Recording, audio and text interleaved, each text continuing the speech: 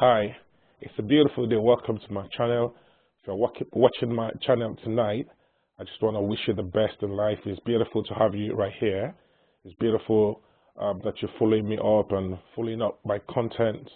It's your boy. I'm still here. It's a beautiful day here in Manchester in the UK. Well, I just decided to make this video because, I had a friend of mine just asked me this question, and I thought it was good that I, make a video that would help how I get a response, a response to the question that she asked me. And this response would be good for the general populace, the public, everywhere globally, so people would understand my opinion about the question. Well, the question this lady asked me, she's African, she said, why are women working so hard in the UK? Why are women working so hard abroad in the diaspora? And so I decided to be very, very blunt and very honest in answering that question. Well, the first fact about this question is, why are women working so hard in the diaspora? One, there's this fact that you must always remember. There is equality right here in the Western world as compared to Africa. When we talk about life in Africa, the men are the breadwinners, mostly breadwinners from history. From the beginning of history, men bore the liabilities and the responsibilities of the family's expenditure. So, but then obviously the last 3-4 decades, 3-4 decades to be precise, women are doing very well in most parts of Africa. Women are really doing very, very well. But coming to this part of the world, the Western world, I'm based here in the UK. I live here in the UK, and I've also lived in other parts of the world. I know it's the same in Canada, in America, and most parts of European nations. The fact still remains that women work hard because, like I said earlier, there is equality rights. Everyone works. Everyone's got their own bills to pay. But the real truth about this question is not just about why women work so hard, but what fact that people must remember. But for both gender, when you come into this part of the world, you must remember that it's not like in Africa where you're coming from. It's not like in Africa where you have like 10-20 sources of income, where there are no taxes. You don't pay council tax, you don't pay car insurance, you don't pay MOT, you don't pay all the taxes that we pay in this part of the world.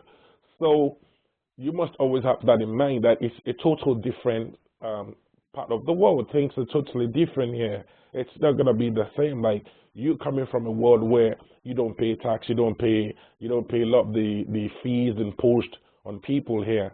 So you must have in mind that you're coming into a world where for everything that you buy, there is VAT to be paid. And again, this I want to particularly talk about an issue, a very sensitive issue to women. I've had a lot of issues. I've seen a lot of relationships and marriages that ended because most of the women didn't want to face the reality. Particularly this is mostly for women coming from the part of Africa. If you are coming from Africa as a woman and you're coming into this part of the world, if you are coming with the same mindset, if you're coming with the same African mentality that you're coming into a place where your partner should bear the financial liabilities at 100%, then you must be joking. If you don't understand the reality of what it is here, because I know a lot of people will be against my opinion, but that's the fact. Men in Africa have 4 or 5 businesses. Men in Africa are politicians. Some are ritualists. Some are con men. Some are fraudsters. Men make money in Africa. People make money in Africa. But the funny part about the wealth that they accrue in Africa is they are not taxed. Men are not taxed in Africa. They don't have to pay council tax. Men have 20-30 properties. I know a lot of friends who have 4 or 5 properties in Africa, massive properties in Africa. They don't pay council tax.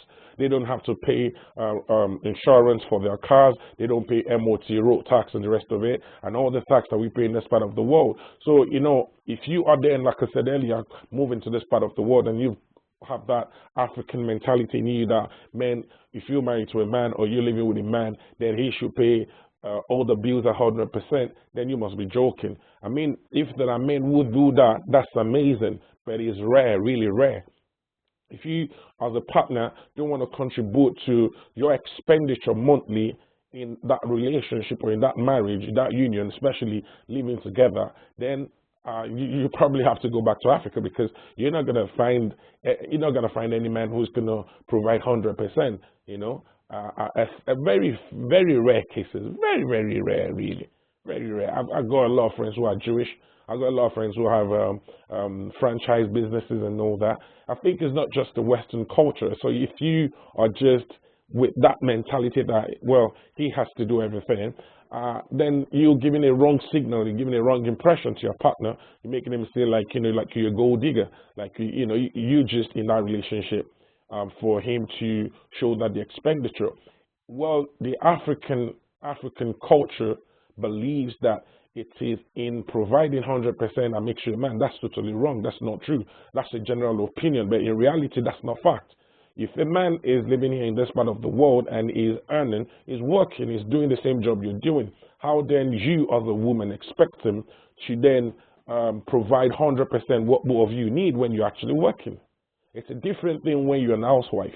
There's a different thing when, okay, there's an agreement between both parties that, okay, you should take care of the kids, I'm going to do the work, I'm going to provide for the family and the rest of it. But as long as both of you are working, it is your duty, it is, both of you should come to an understanding. I think that it is a better, a wiser, rational, logical way that both parties come together and decide how they would show that the expenditures on a monthly basis. So, it's really a very sensitive thing. It is a sensitive topic to deal with, but I kind of summarized it to you. Men have several sources of income without paying tax. That's in Africa. Men could even be a ritualist. A man could be a fraudster, a politician, a con man without government tax paid or regulated. You feel me? But considering that, how then can a man in the UK pay a woman's bill? When they both earn the same or even under the same income pay grade and pay taxes, I've heard a lot of people have kind of asked me to talk about this topic. A lot of people really wanted me to give my opinion about this topic, and that's why I'm actually making this video. I think that it is a wise thing that couples should come together and decide and discuss their monthly expenditure. That's if they're living together. Obviously, we also have a fraction of couples who live apart for so many reasons in the UK: job, divorce, children, and many reasons. The many reasons they love couples who live apart. But for those who live together, I think, to answer the question that this lady friend of mine asked me, I think it's advisable that both parties come together, look at, tabulate, put in paper, white paper, what the monthly expenditure is, have an estimate of what the expenditure is monthly, and then both of them should decide what they want to contribute. Obviously, I expect that the man should take more, but then it is irrational that you as an African woman come into this part of the world and then expect that your partner to, bear the whole expenses, the whole monthly expenses. He is doing only one job. He's probably doing the same job that you're doing, is earning the same amount that you're earning. So if you want him to actually provide 100% and you are keeping 100% of everything you're earning, it means you don't love him. It means you don't care. It means you're not actually in support, helping that relationship, that union to grow. People tend to become very selfish and greedy. I've seen that, a lot of relationships don't work because of financial reasons, and that's because a lot of people are with this African mindset.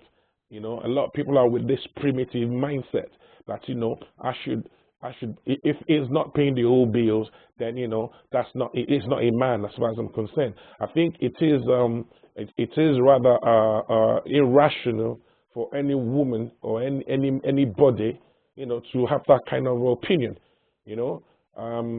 I mean, that's my own opinion, that's my opinion. Like I said earlier, I've seen a lot of homes broken because of this issue, and it's beautiful that someone asked me this question, and I decided to make a video on this topic. I didn't have to research it. I'm just being very straight to the point. I'm just hitting it straight from my heart and what I feel.